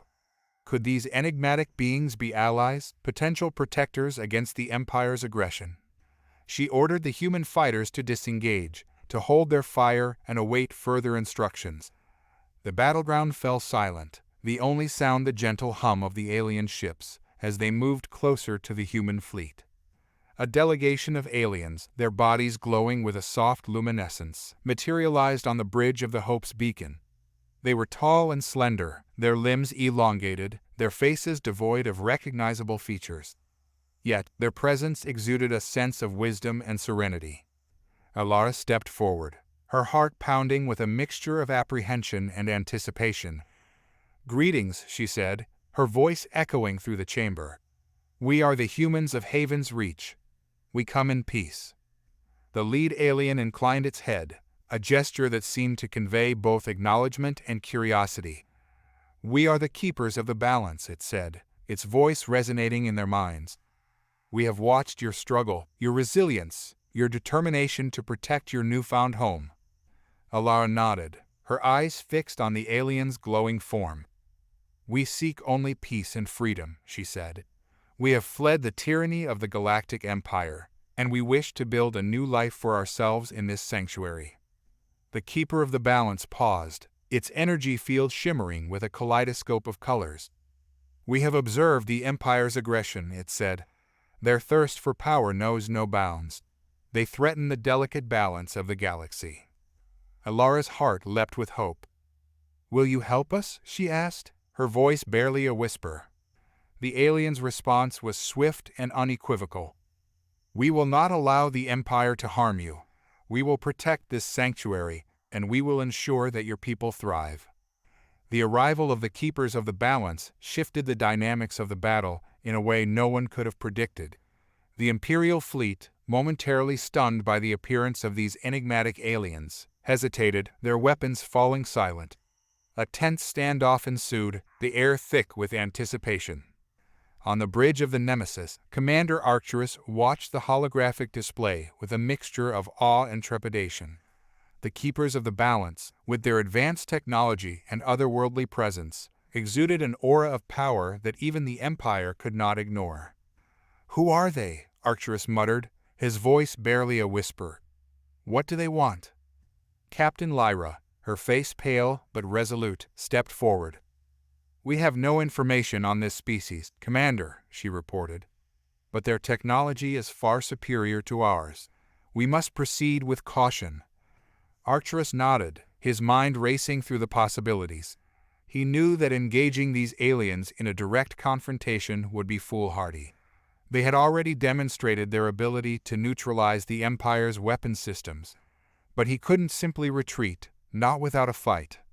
He decided to open a channel of communication, hoping to gain insight into their intentions. "This is Commander Arcturus of the Galactic Empire," he announced, his voice booming through the ship's speakers. "We request a parley with the leaders of your fleet." The Keepers of the Balance responded with a telepathic message that resonated in the minds of everyone on the bridge. Their voices were calm and measured, their words filled with a wisdom that transcended language. "We are the Keepers of the Balance," they said. "We have come to observe the conflict that threatens to disrupt the harmony of this region of space." Arcturus bristled at their words, his pride wounded by their implication that the Empire was the aggressor. "The humans are rebels," he retorted. "They have defied the Emperor's authority and fled from justice. We are merely upholding the law." The Keepers of the Balance remained unfazed. "We have witnessed the humans' plight," they replied. "We have seen their resilience, their ingenuity, their unwavering spirit. They are a young species, but they possess great potential." "Potential for what?" Arcturus sneered. "Anarchy? Chaos? The destruction of the Empire?" "Potential for greatness," the Keepers of the Balance countered. "Potential to bring light and hope to a galaxy shrouded in darkness." Arcturus's eyes narrowed. He sensed a shift in the balance of power, a threat to the Empire's dominance. But he also recognized an opportunity. If he could win the favor of these powerful aliens, he could turn the tide of the battle and crush the human rebellion once and for all. "We are open to negotiations," he declared, his voice dripping with false sincerity. "We seek only peace and order in the galaxy. Perhaps we can find a way to resolve this conflict without further bloodshed." The Keepers of the Balance remained silent for a moment, their energy fields pulsating with a kaleidoscope of colors. Then their voices echoed through the bridge once more. "We will consider your offer," they said. "But be warned, Commander, We will not tolerate any further aggression towards the humans. They are under our protection now. The unexpected intervention of the Keepers of the Balance threw the Imperial fleet into disarray. The prospect of facing a technologically superior force, one that had effortlessly neutralized their weapons, was a sobering reality check for the once arrogant Empire. Commander Arcturus, his face etched with a mixture of anger and fear, paced the bridge of the Nemesis, his mind racing to find a way out of this predicament. He knew that engaging the aliens in a direct confrontation would be suicidal, but retreating without completing his mission would be a humiliating defeat. He decided to play for time, hoping to stall for reinforcements and gather more information about these mysterious aliens. He opened a communication channel, his voice carefully modulated to convey a veneer of respect. "Keepers of the Balance," he addressed them, his tone carefully measured. "We acknowledge your presence and your concern for the well-being of this region of space. The Galactic Empire shares your desire for peace and stability. However," he continued, his voice hardening, "we cannot allow the human rebels to escape justice. They have committed crimes against the Empire, and they must be held accountable." The Keepers of the Balance remained silent for a moment, their energy fields pulsating with an iridescent glow. Then, their voices resonated in the minds of everyone on the bridge, their tone firm but not hostile. "We have observed the humans' actions," they said. "We have seen their struggles, their sacrifices, their unwavering determination to protect their freedom. They have escaped the Empire's tyranny, not to spread chaos, but to seek a new beginning, a chance to build a society based on peace and cooperation." Arcturus's jaw clenched. He wanted to argue, to refute their claims, but he knew it would be futile. The aliens had witnessed the humans' plight firsthand, and their judgment was not to be swayed. "We understand your concern, Commander," the Keepers of the Balance continued. "But we believe that the humans deserve a chance to prove themselves, to show that they can be a valuable asset to the galactic community. We propose a compromise," they said. "Allow the humans to remain in this sanctuary, and we will guarantee their peaceful coexistence with the Empire. We will act as mediators, ensuring that both sides respect each other's sovereignty and avoid further conflict." Arcturus hesitated, his mind torn between his duty to the Empire and the overwhelming power of these aliens. He knew that if he refused their offer, he risked sparking a war that the Empire could not win. After a moment of deliberation, he made his decision. "Very well," he said, his voice barely concealing his frustration. "We accept your offer. But the humans must abide by the laws of the Empire, and they must never again attempt to undermine our authority." The Keepers of the Balance acknowledged his acceptance, their energy fields shimmering with a warm glow. "We trust that you will honor your agreement, Commander," they said. "The fate of the galaxy rests on your shoulders." The standoff ended, the tension in the air dissipating like a dissipating mist. The Imperial fleet, its mission thwarted, began to withdraw from Haven's reach, leaving the humans to their newfound freedom. But Arcturus, as he watched the alien ships disappear into the vastness of space, vowed that this was not the end. He would bide his time, gather his strength, and one day he would return to claim what he believed was rightfully his. With the immediate threat of the Imperial fleet neutralized, a wave of relief and jubilation swept through Haven's reach. The humans emerged from their shelters, their faces etched with a mixture of exhaustion and triumph. They had faced down the Empire, defied its power, and secured their freedom, at least for the time being. The victory celebration was a joyous affair, a kaleidoscope of music, dance, and laughter. The colonists gathered in the central plaza of New Terra's fledgling capital, their voices raised in song, their bodies swaying to the rhythm of ancient Earth melodies. Elara and Kiran stood side by side, watching the festivities with a sense of pride and accomplishment. They had led their people through the darkest of times, and now they were witnessing the birth of a new civilization, a beacon of hope in a galaxy plagued by conflict. "We did it," Kiran said, his voice filled with emotion. "We actually did it." Elara smiled, her eyes sparkling with unshed tears. "We did," she agreed. But this is just the beginning. We have a long road ahead of us." Kiran nodded, his gaze turning towards the star-strewn sky. "We have so much to learn, so much to explore," he said. "But I believe that we are capable of great things." Elara placed a hand on his shoulder, a silent gesture of reassurance. "I believe in us too," she said. "We are the descendants of explorers, of pioneers, of survivors. We have the resilience, the ingenuity, and the spirit to overcome any challenge." The celebration continued late into the night, fueled by a sense of shared purpose and collective triumph. But as the stars began to fade and the first rays of dawn painted the sky in hues of orange and pink, a new reality set in. The humans were no longer just fugitives, running from the Empire's wrath. They were a fledgling civilization, facing the daunting task of building a new society from scratch. They had to establish a government, a legal system, an economy. They had to develop their technology, their infrastructure, their defenses. And they had to do it all while remaining vigilant, knowing that the Empire's defeat was not final, that their freedom was not yet secure. But the humans were not afraid. They had faced adversity before, and they had emerged stronger. They were united by a shared dream, a vision of a future where humanity could thrive, free from oppression and fear. As the sun rose over New Terra, casting a warm glow over the land, the humans faced the challenges ahead with renewed determination. They were ready to build, to explore, to learn, and to defend their hard-won freedom. The Exodus had been just the beginning. The true adventure was about to begin. The weeks following the Empire's retreat were a whirlwind of activity on New Terra. The humans, fueled by their newfound freedom and the adrenaline of their recent victory, worked tirelessly to establish a thriving civilization. Under Elara's guidance, the Council of Elders drafted a constitution, a document outlining the fundamental principles and laws that would govern their society. It was a living document, open to amendments and revisions as the community evolved, but its core values remained steadfast: equality, justice, cooperation, and respect for individual freedoms. Kiran and his team of engineers focused their efforts on harnessing the planet's resources and developing sustainable technologies.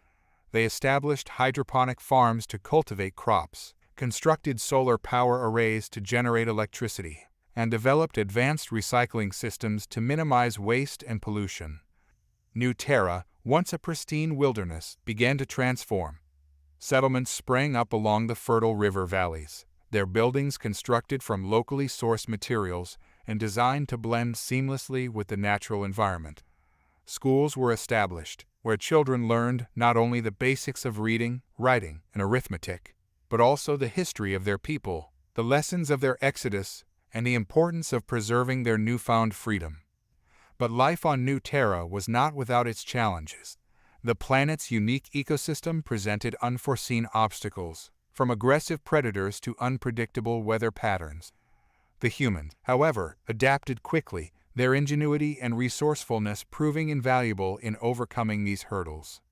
They learned to coexist with the native flora and fauna, establishing symbiotic relationships with some species and developing defensive measures against others. They learned to predict and prepare for the planet's volatile weather patterns, constructing sturdy shelters and developing early warning systems. The discovery of the alien artifact and the subsequent encounter with the Keepers of the Balance had also sparked a renewed interest in science and exploration. Teams of scientists and researchers delved into the vast knowledge contained within the artifact, eager to unlock its secrets and unravel the mysteries of the universe. They studied the artifact's advanced technology, its intricate energy systems, and its enigmatic origins. They hypothesized about the nature of the Keepers of the Balance, their role in the galaxy, and their reasons for protecting the humans. As the months passed, New Terra flourished. The human population grew, their settlements expanded, and their technology advanced at an unprecedented rate. They had created a haven of peace and prosperity, a testament to the indomitable spirit of the human race. But they knew that their journey was far from over. The Empire was still out there, lurking in the shadows, biding its time. The humans had won a battle, but the war for their freedom had just begun. A year passed since the Empire's retreat, a year of rebuilding, growth, and uneasy peace. New Terra blossomed under the humans' care, its cities expanding, its farms flourishing, its people thriving.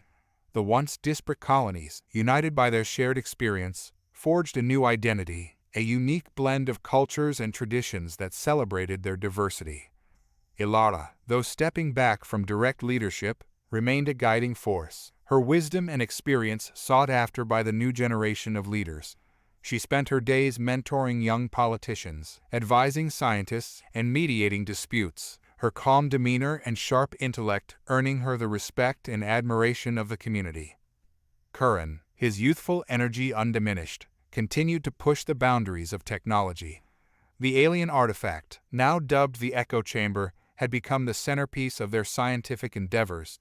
He and his team delved deeper into its mysteries, unlocking new capabilities and uncovering hidden knowledge that had been lost for millennia.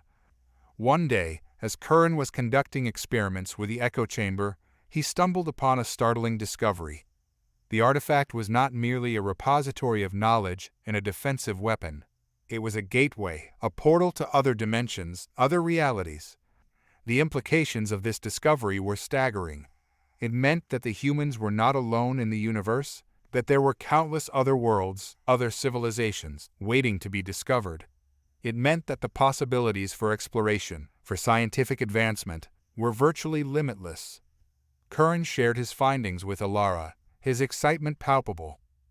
"This changes everything," he exclaimed, his eyes shining with wonder.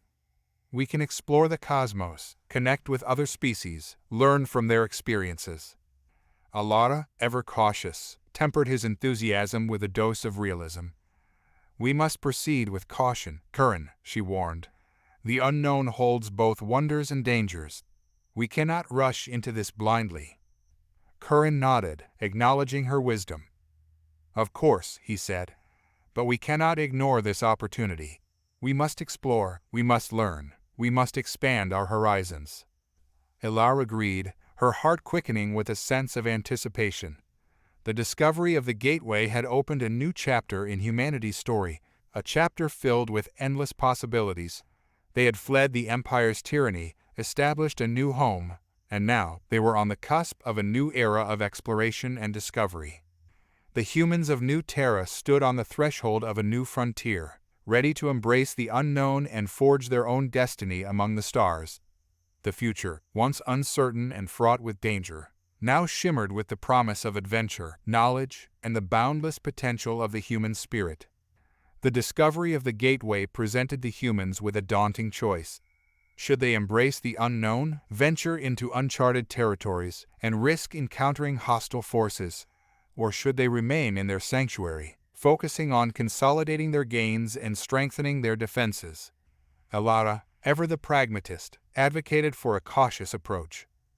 "We know nothing of the worlds that lie beyond that gateway," she argued.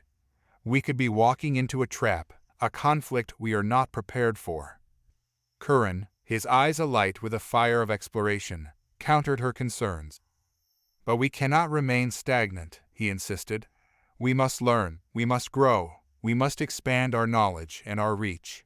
The gateway offers us that opportunity."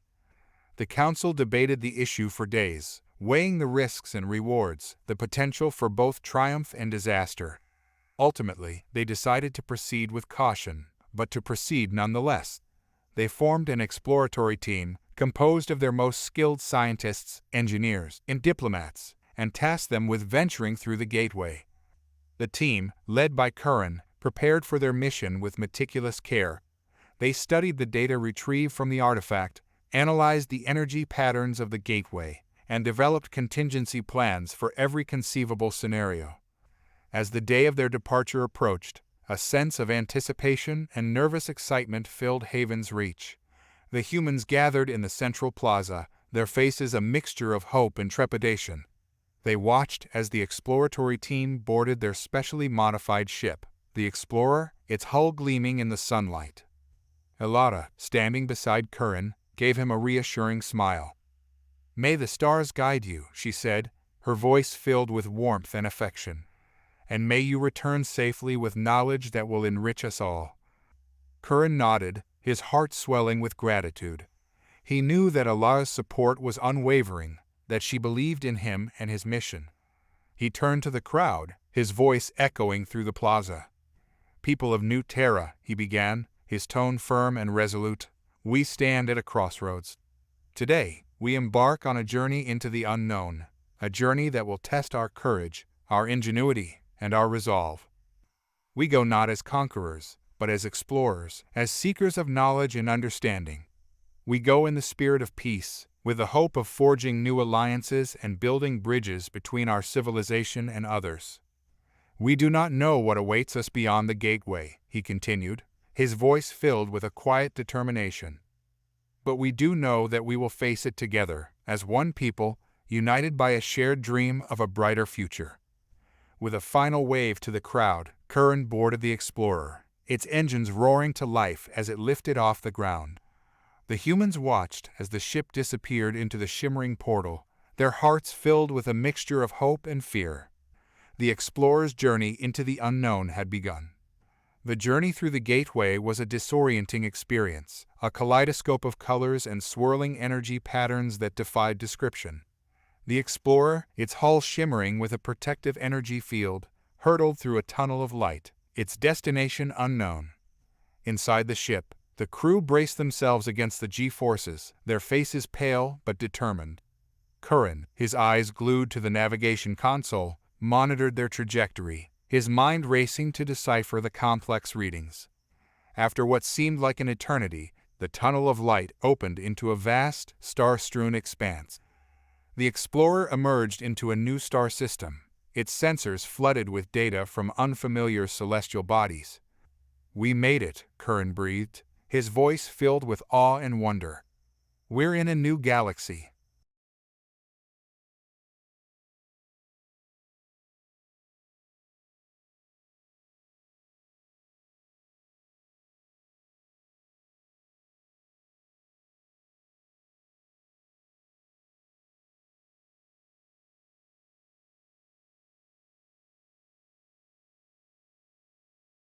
Kiran ordered the ship to slow down, allowing the sensors to gather more detailed information. As the data poured in, a picture of their new surroundings began to emerge. The star system, which they dubbed Elysium, was teeming with life. Multiple planets orbited the central star, their surfaces covered in lush vegetation, vast oceans, and towering mountain ranges. The sensors detected signs of advanced civilizations, cities that shimmered with energy, spacecraft that traversed the skies, and communication networks that crisscrossed the system. "This is incredible," one of the scientists exclaimed, her voice filled with excitement. "It's like a paradise." Kiran nodded, his mind already racing with the possibilities. "We need to proceed with caution," he reminded the crew. "We don't know anything about these civilizations, their intentions, or their technological capabilities." The explorer cautiously approached the nearest planet, a vibrant world of emerald forests and sapphire seas. As they descended into the atmosphere, their sensors detected a network of energy shields, a clear indication that they were approaching a technologically advanced civilization. The ship's communication system crackled to life, a melodious voice speaking in a language that the universal translator struggled to decipher. "Greetings, travelers," the voice said. "Welcome to Elysium. We have been expecting you." The human crew watched the alien delegation with a mixture of awe and apprehension. The beings before them, emanating a soft, ethereal glow, were unlike anything they had ever encountered. Their forms were humanoid but elongated, their skin translucent, revealing a network of glowing veins beneath. Their eyes, if they could be called eyes, were orbs of pure light, seemingly able to pierce through the very soul. Kiran, despite his scientific curiosity, couldn't help but feel a shiver run down his spine. These were beings of immense power, capable of feats that defied human understanding. Yet their demeanor was serene, their voices soothing, their intentions seemingly benevolent. The lead alien, whom they later learned was named Lumina, spoke again, her voice a harmonious melody that resonated within their minds. "We have observed your species with great interest," she said. "You possess a resilience, an adaptability, a spark of creativity that is rare in this galaxy. Elara, her initial apprehension giving way to curiosity, stepped forward.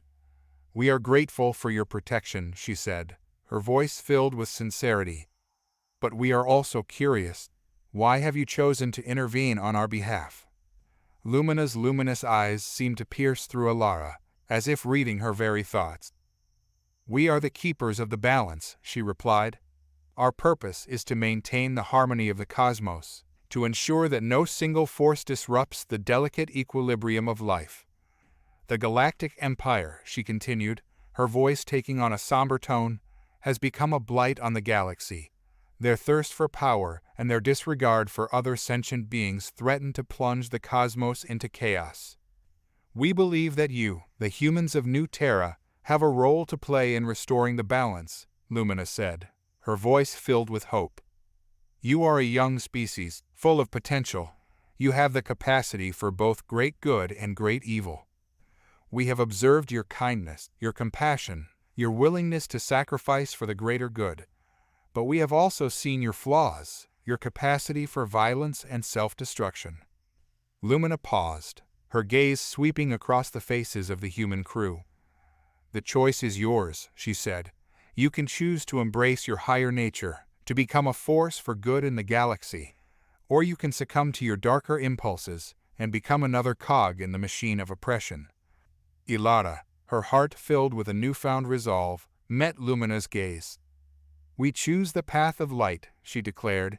"We choose to fight for freedom, for justice, for the rights of all sentient beings." Lumina smiled, her luminous form radiating warmth.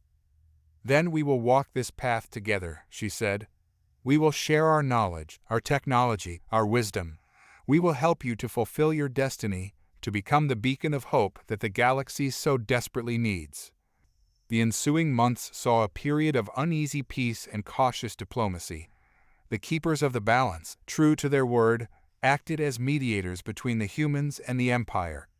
A tense truce was established, with both sides agreeing to respect Haven's reach as a neutral territory. The humans, under Elara's leadership, used this time to strengthen their defenses and expand their knowledge. The echo chamber became a hub of scientific activity, its secrets slowly unraveling under Kiran's relentless curiosity. They learned that the keepers of the balance were an ancient race, guardians of the cosmic balance, tasked with preventing any one civilization from dominating the galaxy. The Empire, licking its wounds and regrouping its forces, watched the humans with a wary eye. Arcturus, his pride wounded, but his ambition undeterred, sought ways to undermine the Keeper's influence and regain control over the rogue colony. He dispatched spies and saboteurs, hoping to sow discord and weaken the humans from within. But the humans were vigilant, their intelligence network, bolstered by the echo chamber's advanced surveillance capabilities, intercepting and thwarting the Empire's schemes. Elara, with her sharp political acumen, forged alliances with neighboring alien species, creating a network of support that served as a deterrent against further aggression. Meanwhile, Kiran's research into the echo chamber yielded a startling discovery. The artifact was not merely a weapon or a communication device. It was a repository of ancient knowledge, a library of galactic history, science, and philosophy. Among the vast archives, Kiran found a series of cryptic messages, encoded in a language that defied translation. The messages spoke of a looming threat, a cataclysmic event that could engulf the entire galaxy in darkness. The keepers of the balance, the messages warned, were the only ones who could prevent this impending doom. Kiran shared his findings with Elara, his face etched with a mixture of excitement and apprehension. "This changes everything," he said. "We're not just fighting for our own survival. We're fighting for the survival of the entire galaxy." Elara, her brow furrowed in thought, nodded. "We have a responsibility," she said. "A responsibility to use our newfound knowledge and technology to protect not only ourselves but all sentient beings." The humans, once a small, insignificant species on the fringes of the Empire, now found themselves at the center of a cosmic struggle. They were the key to unlocking the secrets of the echo chamber, the key to averting a galactic catastrophe. But the clock was ticking. The threat foretold in the ancient messages loomed ever closer, its shadow stretching across the stars. The humans had to race against time, to decipher the cryptic warnings, to understand the nature of the impending doom, and to find a way to stop it. Their journey had taken an unexpected turn, leading them down a path fraught with danger and uncertainty. But they were not alone. They had the keepers of the balance as their allies, and they had the indomitable spirit of humanity, a spirit that had defied the odds and triumphed over adversity time and time again. The humans, now settled on New Terra, found themselves at a crossroads. The revelation of the looming galactic threat from the alien artifact, coupled with the Empire's looming presence, forced them to confront a new reality. Their survival, and potentially the survival of countless other civilizations, depended on their next steps. Elara, ever the pragmatic leader, organized a series of council meetings, gathering the brightest minds and most experienced leaders from across New Terra. The discussions were intense, filled with debates, disagreements, and a healthy dose of fear. Some advocated for isolationism, arguing that the humans should focus on strengthening their defenses and preparing for the worst. Others, inspired by Kiran's discoveries, urged for a proactive approach to seek out allies and unravel the mysteries of the echo chamber in hopes of finding a solution to the impending doom. Kiran, his heart heavy with the weight of responsibility, presented his findings to the council. He detailed the cryptic messages he had found, the warnings of a cataclysmic event that could extinguish all life in the galaxy. He explained his theory that the echo chamber, with its ability to manipulate energy and connect to other dimensions, could hold the key to averting the disaster. The council listened intently, their faces etched with a mixture of concern and determination. They knew that the stakes were higher than ever before, that their choices could have far-reaching consequences for the entire galaxy. After days of heated debate and careful deliberation, a decision was reached. The humans would not cower in fear. They would not isolate themselves in their sanctuary. They would embrace their role as protectors, as guardians of the galactic balance. They would form a new organization, the Sentinels of Elysium, tasked with exploring the galaxy, seeking out allies, and uncovering the secrets of the echo chamber. They would use their knowledge, their technology, and their unwavering spirit to confront the impending threat and safeguard the future of all sentient beings. The formation of the Sentinels marked a new chapter in humanity's history, a bold step towards a destiny that extended far beyond their humble origins. They were no longer just survivors, refugees fleeing from tyranny. They were protectors, guardians, the last hope for a galaxy teetering on the brink of destruction. The Sentinels of Elysium, a diverse group of scientists, engineers, diplomats, and warriors, embarked on their first mission, to decipher the cryptic messages within the echo chamber and unravel the nature of the impending threat. They journeyed through the gateway, their ship traversing the vast expanse of the cosmos, guided by the wisdom of the keepers of the balance and the data gleaned from the artifact. They visited distant star systems, encountered alien civilizations both benevolent and hostile, and gathered fragments of information that gradually pieced together a chilling picture of the impending doom. They learned of a malevolent force, a cosmic entity known as the Devourer, a being of pure energy that consumed entire star systems, leaving behind a trail of devastation and despair. The Devourer, they discovered, was not a natural phenomenon, but a creation of an ancient, long-extinct civilization, a weapon of war that had spiraled out of control. The humans, armed with this knowledge, realized that their mission was not just to protect their own sanctuary, but to save the entire galaxy from annihilation.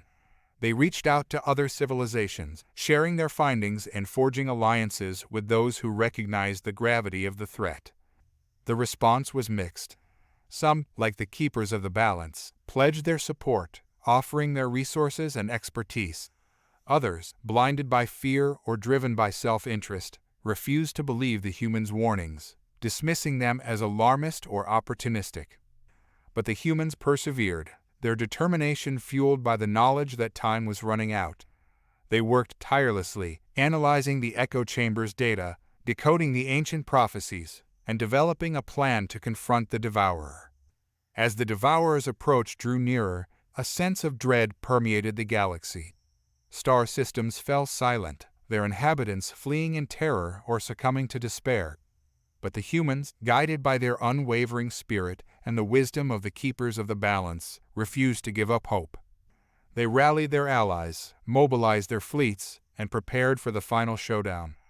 The battle would be fought not just in the physical realm, but also in the realm of ideas, of beliefs, of the indomitable human spirit that had defied the odds time and time again. The humans had come a long way since their humble beginnings on Earth. They had faced adversity, embraced the unknown, and emerged stronger. They had fled tyranny, established a new home, and forged a new destiny among the stars.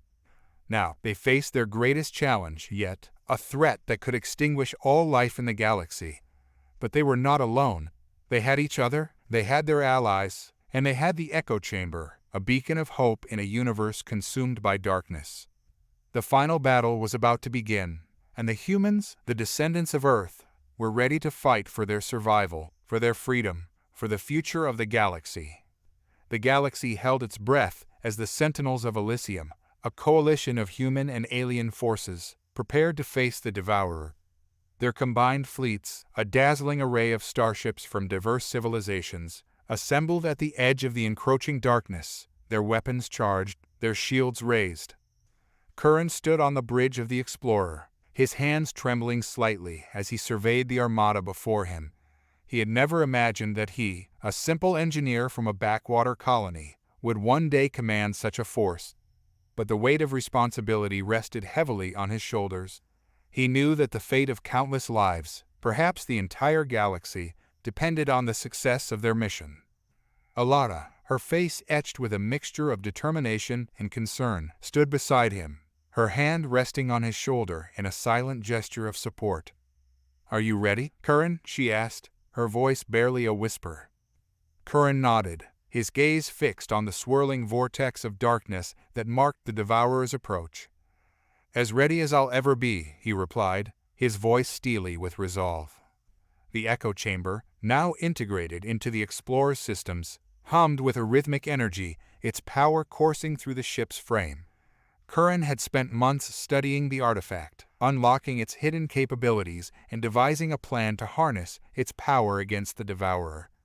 "All ships, prepare for engagement," he commanded, his voice echoing through the fleet's communication channels. "This is it, our moment to shine." The fleet surged forward, their engines roaring as they plunged into the heart of the darkness. The Devourer, a colossal entity of pure energy, loomed before them, its vast form dwarfing even the largest starships.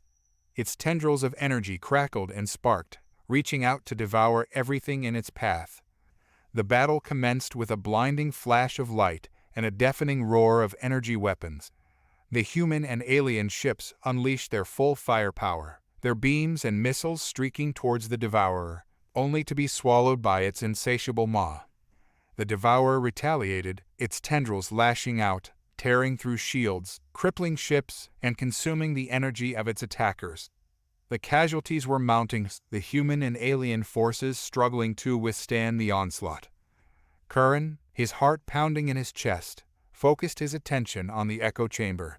He had to find a way to disrupt the Devourer's energy matrix, to weaken its grip on the fabric of reality. He reached out with his mind, his consciousness merging with the artifact's ancient wisdom. He felt the pulse of the cosmos, the ebb and flow of energy that connected all things. And in that moment, he understood. "Elara," he shouted, his voice barely audible over the din of battle. "I need you to create a diversion. Draw the Devourer's attention away from me." Elara, without hesitation, ordered her ships to engage the Devourer in a suicidal charge. The human and alien vessels, their shields flickering, their hulls glowing with the heat of battle, hurled themselves at the monstrous entity, their weapons blazing. As the Devourer turned its attention to the incoming attack, Kiran seized his chance. He channeled all of his energy, all of his will, into the echo chamber, pushing it beyond its limits. The artifact responded, its crystalline structure resonating with a power that dwarfed anything he had ever experienced. A beam of pure energy erupted from the echo chamber, piercing through the chaos of the battle, striking the devourer at its core. The energy beam, a concentrated blast of pure, unfiltered power from the echo chamber, struck the devourer with the force of a supernova. The cosmic entity convulsed, its tendrils flailing wildly as it struggled against the onslaught. Kiran, his eyes locked on the holographic display, saw the devourer's energy matrix begin to destabilize. Its core, once a swirling vortex of darkness, flickered and pulsed, its grip on the fabric of reality weakening. "It's working," he shouted, his voice filled with a mixture of triumph and desperation. "Keep the pressure on." The human and alien ships, though battered and bruised, redoubled their efforts, their weapons firing relentlessly at the wounded devourer. The space around them became a maelstrom of energy, a symphony of destruction and chaos. Elara, her ship battered but still operational, led a squadron of fighters in a daring attack on the devourer's exposed core. She weaved through the deadly tendrils, her reflexes honed by years of combat experience. As she approached the core, she unleashed a barrage of missiles, their warheads designed to overload the devourer's energy matrix. The missiles found their mark, detonating in a blinding flash of light and energy.